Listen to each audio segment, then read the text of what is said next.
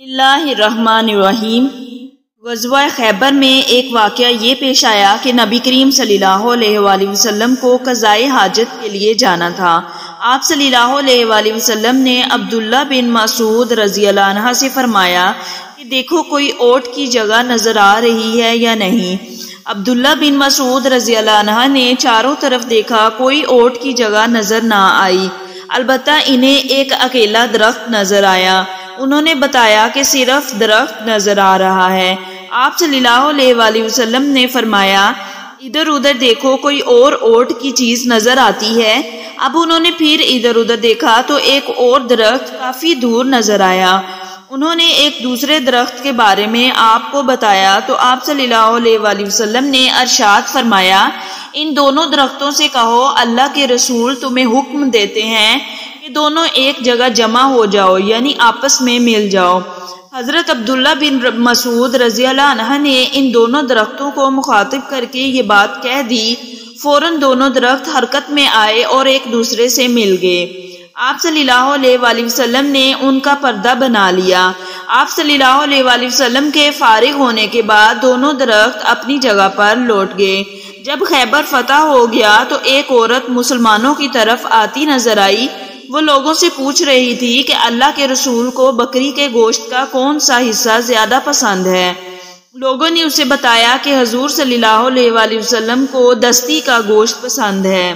اس عورت کا نام زینب تھا۔ یہ مرحب کی بھتیجی اور سلام بن مشکم یہودی کی بیوی تھی۔ یہ بات معلوم کرنے کے بعد وہ واپس لوٹ گئی۔ اس نے ایک بکری کو ذبح کیا، پھر اس کو بھونا اور اس کے دستی والے حصے میں زہر ملا دیا۔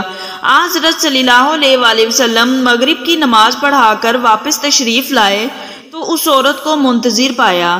آپ صلی اللہ علیہ وآلہ وسلم نے اس سے آنے کا سبب پوچھا تو بولی اے ابو القاسم میں آپ کے لیے ایک ہدیہ لائی ہوں۔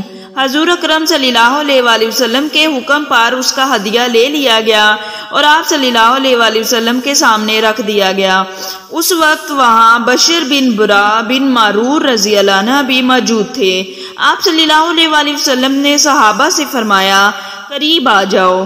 پھر آپ صلی اللہ علیہ وآلہ وسلم نے دستی سے کھانا شروع فرمایا۔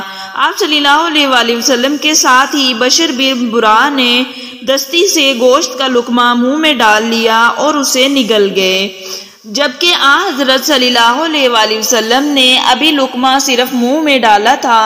دوسرے لوگوں نے دوسری جگہوں سے لقمہ لیا۔ جو ہی حضور اکرم صلی اللہ علیہ وآلہ وسلم نے لقمہ منہ میں ڈالا فوراً اگل دیا اور فرمایا ہاتھ روک لو، یہ گوشت مجھے بتا رہا ہے کہ اس میں زہر ہے۔ اس وقت بشر بن برا رضی اللہ عنہ نے عرض کیا اے اللہ کے رسول، قسم ہے اس ذات کی جس کے قبضے میں میری جان ہے، جو لقمہ میں نے کھایا تھا اس میں مجھے کچھ محسوس ہوا تھا، لیکن میں نے اس کو صرف اس لیے نہیں اگلا کہ آپ کا کھانا خراب ہو جائے گا۔ پھر جب آپ نے اپنا لقمہ اگل دیا تو مجھے اپنے سے زیادہ آپ کا خیال آیا اور مجھے خوشی ہوئی کہ آپ نے اس کو اگل دیا۔ اس کے بعد ان کا رنگ نیلا ہو گیا اور وہ 1 سال تک اس زہر کے زیر اثر رہے اور اس کے بعد فوت ہو گئے۔ حضور اقدس صلی اللہ علیہ وآلہ وسلم نے اس یہودی عورت کو بلوایا اور اس سے پوچھا کیا تو نے بکری کے گوشت میں زہر ملایا تھا؟ اس نے پوچھا آپ کو یہ بات کس نے بتائی؟